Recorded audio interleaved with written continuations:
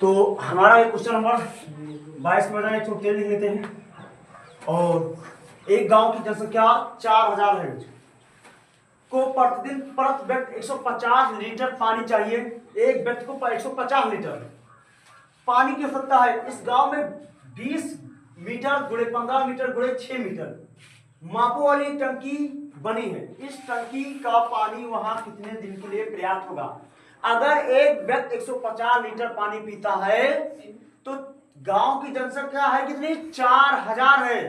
तो बताइए एक दिन में पानी की कुल खपत कितनी होगी? जनसंख्या कितनी है? तो जनसंख्या हमें दिया गया है, कुल जनसंख्या बराबर में दिया गया 4000, यानी उस गांव में 4000 लोग हैं। एक व्यक्ति कितना पानी पीता है? तो एक व्यक्ति 150 लीटर पानी पीता है। तो एक दिन में गांव में एक दिन में खपत यानी कुल खर्च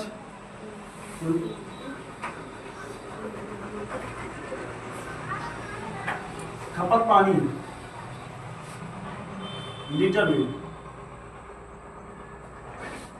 लीटरों में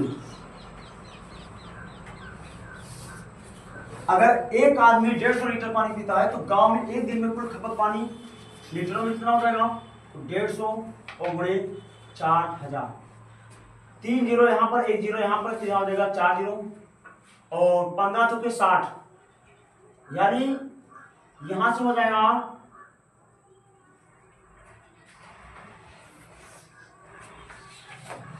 6 लाख लीटर पानी की आवश्यकता है इस गांव में। यानी एक दिन में 6 लाख लीटर पानी जरूरी है उस गांव में, क्योंकि वहां की जनसंख्या 4000 है। टंकी उस गांव में रखा कितना है? टंकी की माप यानी टंकी का हम आयतन निकाल लेते हैं। तो टंकी का आयतन, टंकी हमारा घनाभ के आकार का है, तो टंकी का जो आयतन हो जाएगा लंबाई गुणे चौड़ाई और गुणे ऊंचाई।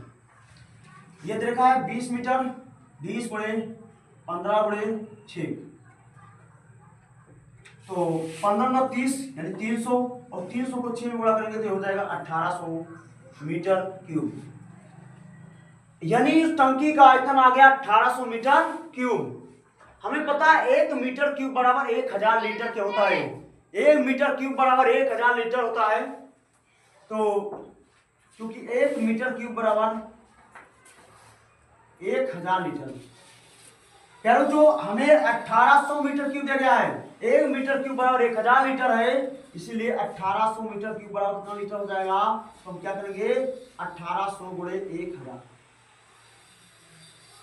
ये हो जाएगा 05 यानी 3 जीरो, ये 5 जीरो हो जाएगा और ये आ जाएगा 18 का नम 18, यानी 2 1 2 3 4 5 जीरो और 18 का नम 18, यानी इसको हम देखें 1 2 3 4 5 6 18 लाख। ये हमारा जो टंकी का आयतन है भैया, यानी इस टंकी में पानी कितना आएगा? 18 लाख आएगा। और एक दिन में कितना पानी की खपत है? तो हम गिन लेते हैं 6 लाख लीटर। 18 लीटर पानी हमारे टंकी में है और एक दिन में 6 लाख लीटर पानी लग रहा है, क्योंकि जनसंख्या वहां की कितनी है? 4000 है भैया। तो कितने दिन चलेगा? कहोगे सर जी 6 लाख एक दिन का, 6 लाख दूसरे दिन का, 6 लाख तीसरे दिन का। इस प्रकार ये हमारा जो टंकी का पानी है ये 3 दिन में पूरे गांव वाले क्या कर देंगे? खत्म कर देंगे। तो दिनों की संख्या बराबर यानी टंकी में कुल पानी की मात्रा, कुल पानी की मात्रा बटा एक दिन में खपत, एक दिन में पानी का खर्च लीटर में। तो पहले तो यहां से हो जाएगा हमारा टंकी में कुल पानी की मात्रा है कितना? तो 18 लाख लीटर है। 18 लाख 50 और एक दिन में 6 लाख लीटर की आवश्यकता होती है। तो एक ये 0 से 0 कट जाएगा सब और 6 3 18, यानी ये जो पानी चलेगा, यानी जो टंकी का पानी है वो 3 दिन में खत्म हो जाएगा, क्योंकि वहां की जनसंख्या कितनी है 4000 है और एक व्यक्ति 150 लीटर पानी पीता है, यानी उसको आवश्यकता है, पीता ही नहीं, वो अपना पूरा खर्चा अपना है, नहाना धोना सब कुछ उसी में काम करता है 150 लीटर में। तो 4000 लोगों के लिए कितना लीटर बना था हमारा 6 लाख लीटर बना था एक दिन का खपत पानी का। तो इस प्रकार जो टंकी का आयतन है उस टंकी का पानी जो होगा वो 3 दिन चलेगा।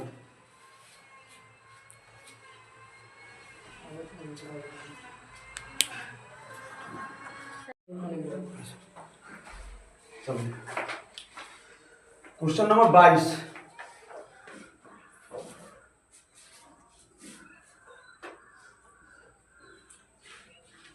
नंबर क्वेश्चन है, एक ईंट की लंबाई चौड़ाई और ऊंचाई के अनुसार दिया गया है। तो हम ईंट की लंबाई बराबर में दिया गया है 18 सेंटीमीटर, ईंट की चौड़ाई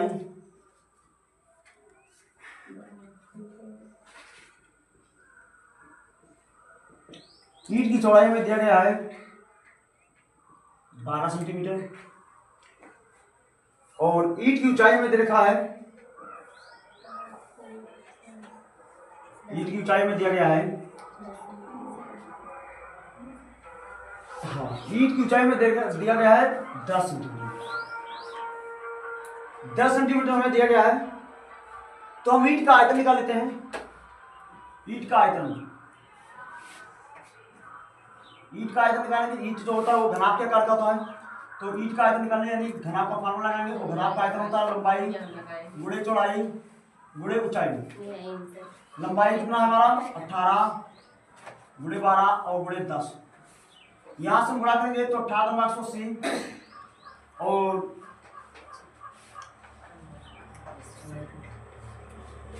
18 और फिर 12 से गुणा करेंगे तो 12 0 0 12 3 96 9 12 क्रम 12 9 21 2160 सेंटीमीटर की वाय हमारा आयतन। ये हमारा ईंट का आयतन है। और हमें दिया गया है दीवार की हमें माप दे रखा है 12 मीटर लंबी है। तो दीवार की माप दे लेते हैं। दीवार की माप के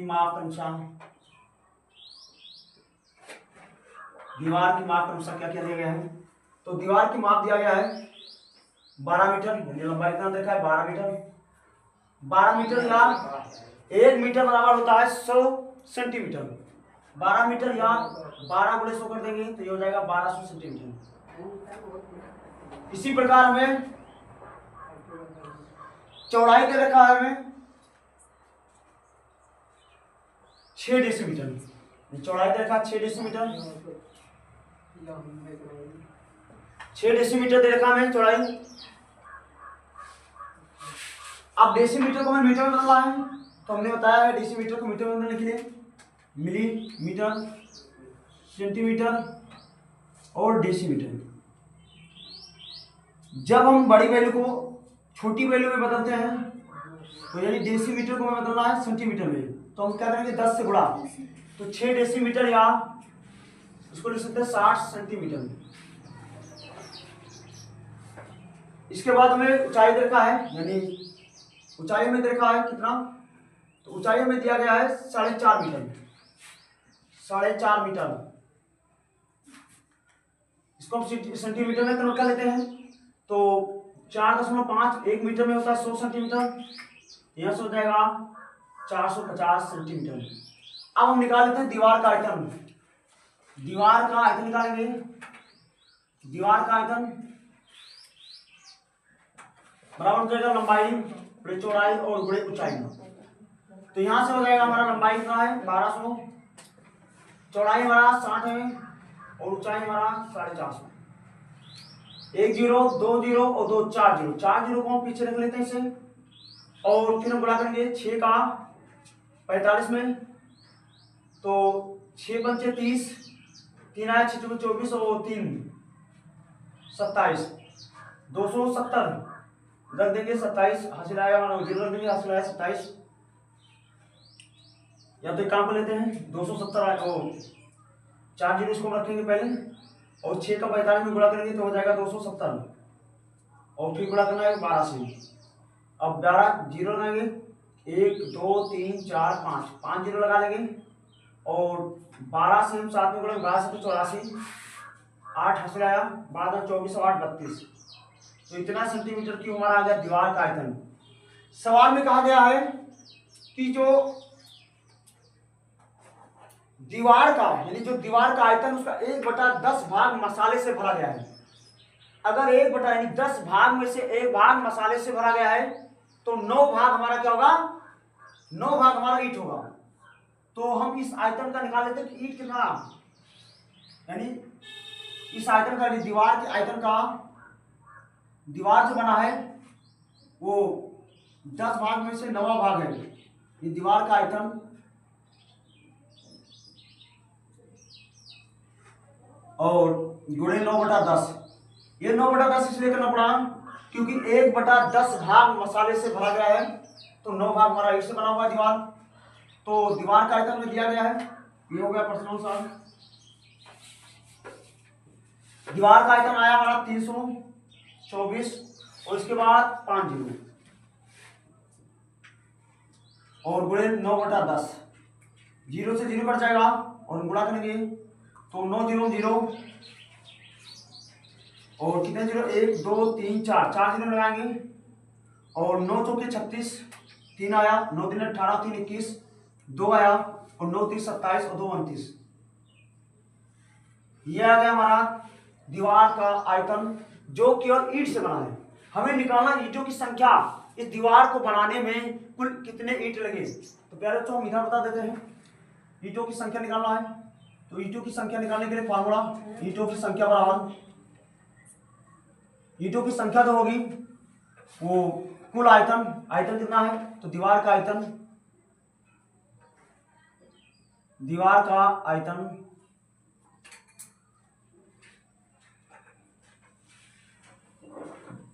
बटे एक ईंट का आयतन, एक ईंट का आयतन। फिर तो दीवार का आयतन में आया क्या है 2 9 1 6, और इसके बाद 4 जीरो, और बटे में दीवार की ईंट का आयतन कितना है 30 60। फिर तो 0 से 0 काट देंगे, और 29 16 में यानी भाग दे देते हैं हम, 29 16 और उसके बाद 3 जीरो, भाग देना 216 से, तो एक बार जाएगा 216 और 11 यानी 5 8 यानी 7 और फिर 6। अब ये जाएगा 3 बार, तो यहाँ से हो जाएगा 2 3 16 648, 16 से 8 8 4 0 1 108, ये 0 हो जाएगा, और 16 पंचे 80, ये 5 जाएगा 5 जाएगा 5 बार जाएगा कट जाएगा, और डबल 0। तो यहाँ से हमारा आ जाएगा काटने पीने के बाद 13,500 ईंटें, 13,500 ईंटें हमारे इस सवाल का आंसर होगा। तो